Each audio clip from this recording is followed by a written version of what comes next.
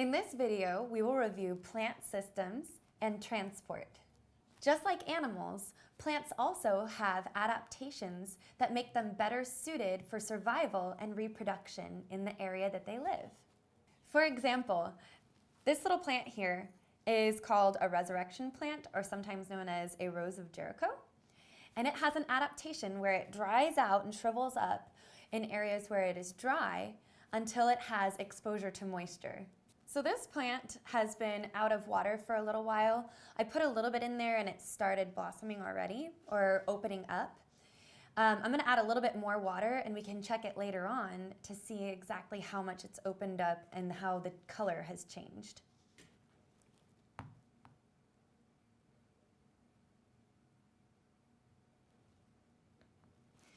It doesn't take much water, but it soaks it all up and the cells start to reactivate the chlorophyll and the color changes pretty quickly. I'm going to move this plant over here so that we can check on it later. So what are all of the different structures of a plant? Just like animals, plants also have different tissues and cells that are made through cellular differentiation. These cells create tissues, and these tissues create organs, and the organs create organ systems. Let's look at the root system first. The root system is underground, and it is used for water and mineral absorption. These root cells contain less chlorophyll because they're underground. They are connected then to the shoot system, which is the stem, which connects to the leaves where photosynthesis occurs, and in some plants, the flowers, which contain the reproductive structures of the plant. The primary function of the stem or shoot is to provide structure and transport nutrients and water throughout the plant. The primary function of the leaf is to perform photosynthesis, which then those sugars can be transported throughout the plant as well. The leaves are also the site of gas exchange for the plant. This is where the carbon dioxide enters and the oxygen exits the plant. Earlier we referenced the different types of tissues that are found in a plant. Let's look at them a little bit more closely. The first type of tissue we'll talk about is dermal tissue. Dermal tissue is located on the exterior of the plant. You can kind of think of it as being the skin of the plant that separates the outside from the inside. Dermal tissue is represented on the outside here. It's found on the roots, the stem, and also on the leaves. The dermal tissue prevents water loss. And on the leaves, they have a special structure called the cuticle that prevents water loss. It's a waxy coating that is made of lipids because lipids do not mix with water, and so it prevents evaporation from the cells of the plant. The second type of tissue is vascular tissue, which is similar to the vascular tissue of animals. Vascular tissue, vascular system, veins. These are used for transporting water, minerals, and nutrients throughout the plant. And just like animals, plants also produce waste, and so waste is also transported through this vascular tissue. You can see the vascular tissue in the center of each of these structures. Ground tissue is the third type of tissue. Ground tissue is found between the vascular tissue and the dermal tissue. This is where photosynthesis occurs and also where water and nutrients are stored. This is basically found just anywhere between the dermal tissue and the vascular tissue. So what do plants need in order to survive, and how do they obtain these things?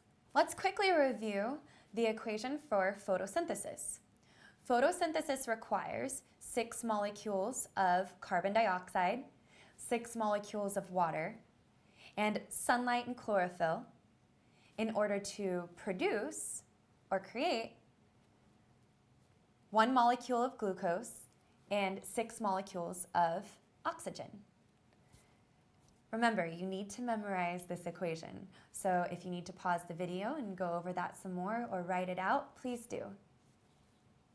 Remember that the energy conversion that happens through photosynthesis is that radiant energy from the sun is converted into chemical energy in the form of glucose or sugar, which then can be used for all organisms to grow, survive, and reproduce.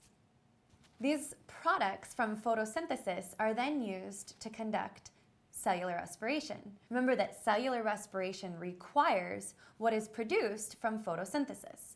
So those 6 molecules of water and 1 molecule of glucose are then converted into carbon dioxide and water and ATP. And remember, ATP is what? Energy. This energy is then used for the organism to grow, survive, and reproduce. So this then converts glucose and the energy that's stored in there into ATP. So how is it that plants obtain the carbon dioxide, water, and other minerals that are necessary for the plant to survive and for photosynthesis to occur? Let's review the vascular tissues that are necessary for this transport to occur. Let's first look at the stomata. The stomata are located on the underbelly of the leaf. You'll notice when you touch a leaf that the top part is pretty waxy feeling or a little bit reflective, and the bottom is more flat and less reflective. That's because the cuticle, the waxy coating, is on the top, and underneath there is no waxy coating, and that's because water needs to be able to exit in the form of water vapor. So if we have lipids there, that won't happen. Let's look at them a little bit more closely. The stomata, again, are the site of gas exchange. They look kind of like little mouths. So if you look at them under the microscope, just like a mouth has 2 lips, stomata have 2 specialized cells called guard cells that do exactly what you would think they do. They guard the stomata, or the opening, just like your mouth. When your lips are closed, nothing goes in or out. When the stomata are closed because of the guard cells, nothing goes in or out.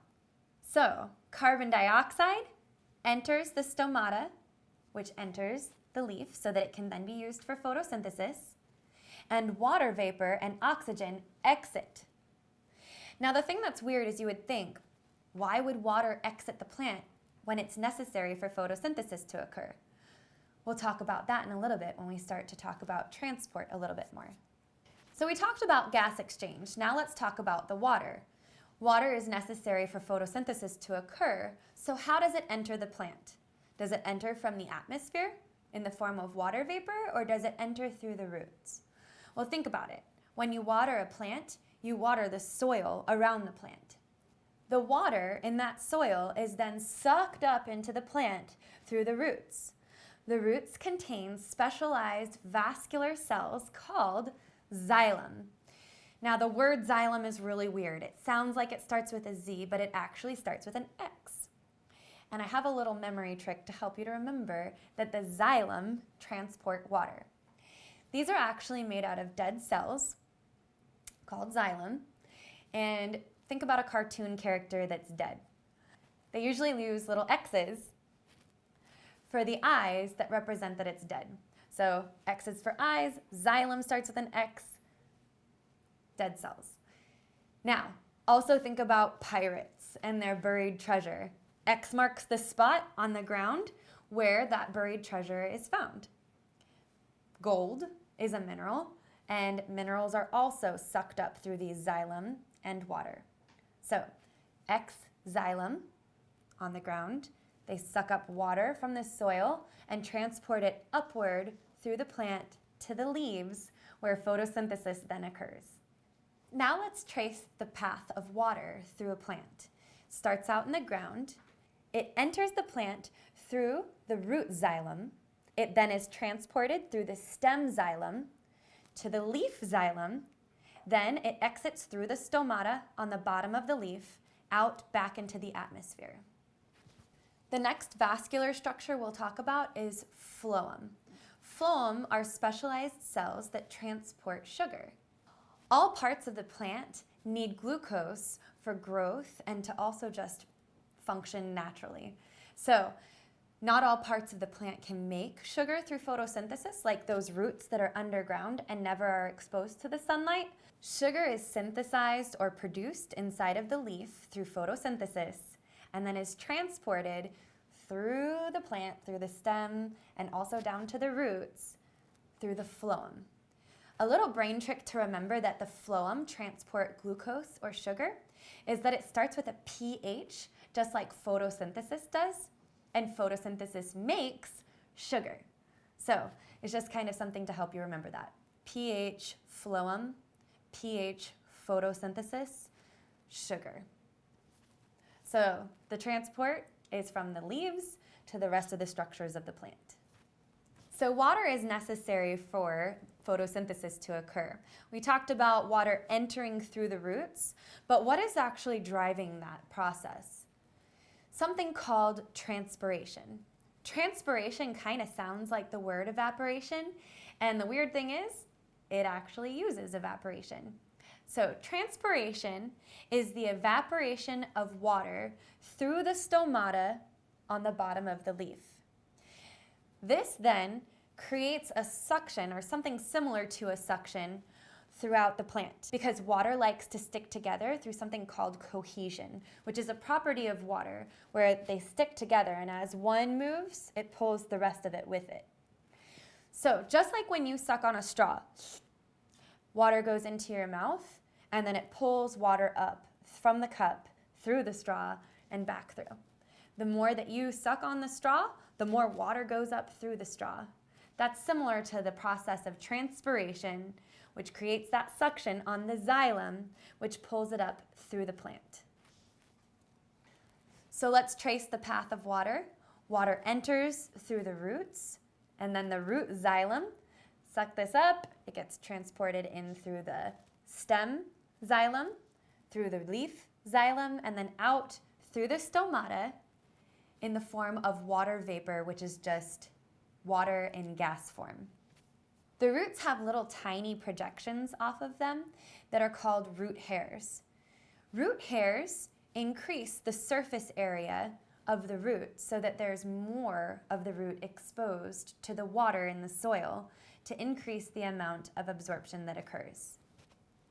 These structures contain xylem that then transport the water, and they also contain phloem that transports the sugar to them so that they continue to function.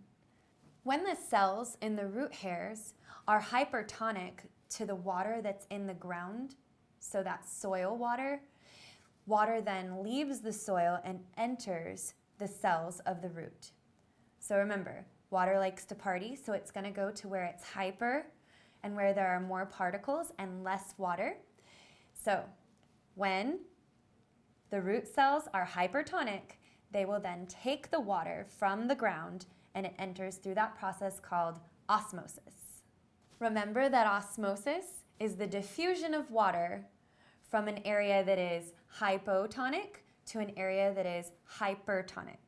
So now that water has entered the plant wants to retain or keep the water that it's obtained from the soil. So it has a couple structures that help to retain the water in the plant.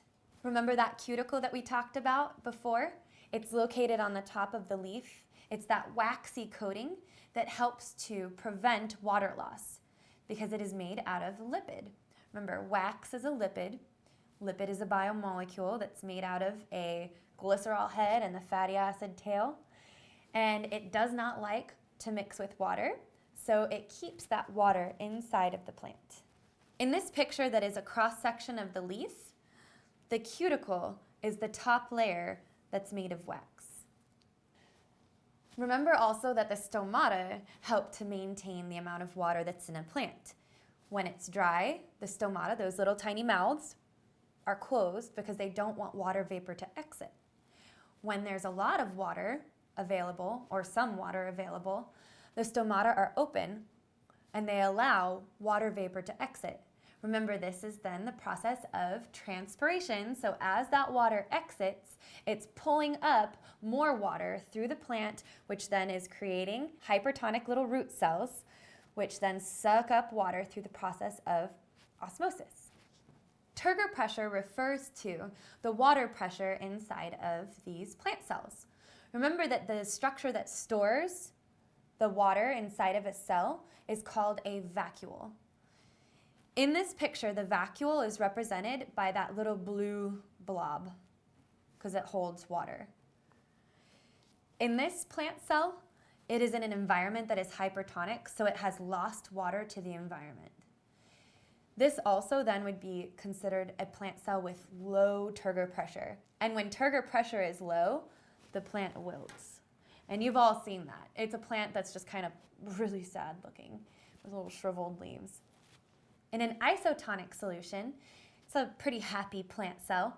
It has equal amounts of solute outside and inside, and so it's got a pretty full vacuole. In a hypotonic solution, the water then enters the plant, filling up the vacuole and increases the turgor pressure, and it is then going to stand up really tall and really pretty, exposing all of those beautiful leaves to the sunlight where a lot of photosynthesis can occur. Thank you for watching. Please make sure to watch the other 2 videos about plant reproduction and plant response.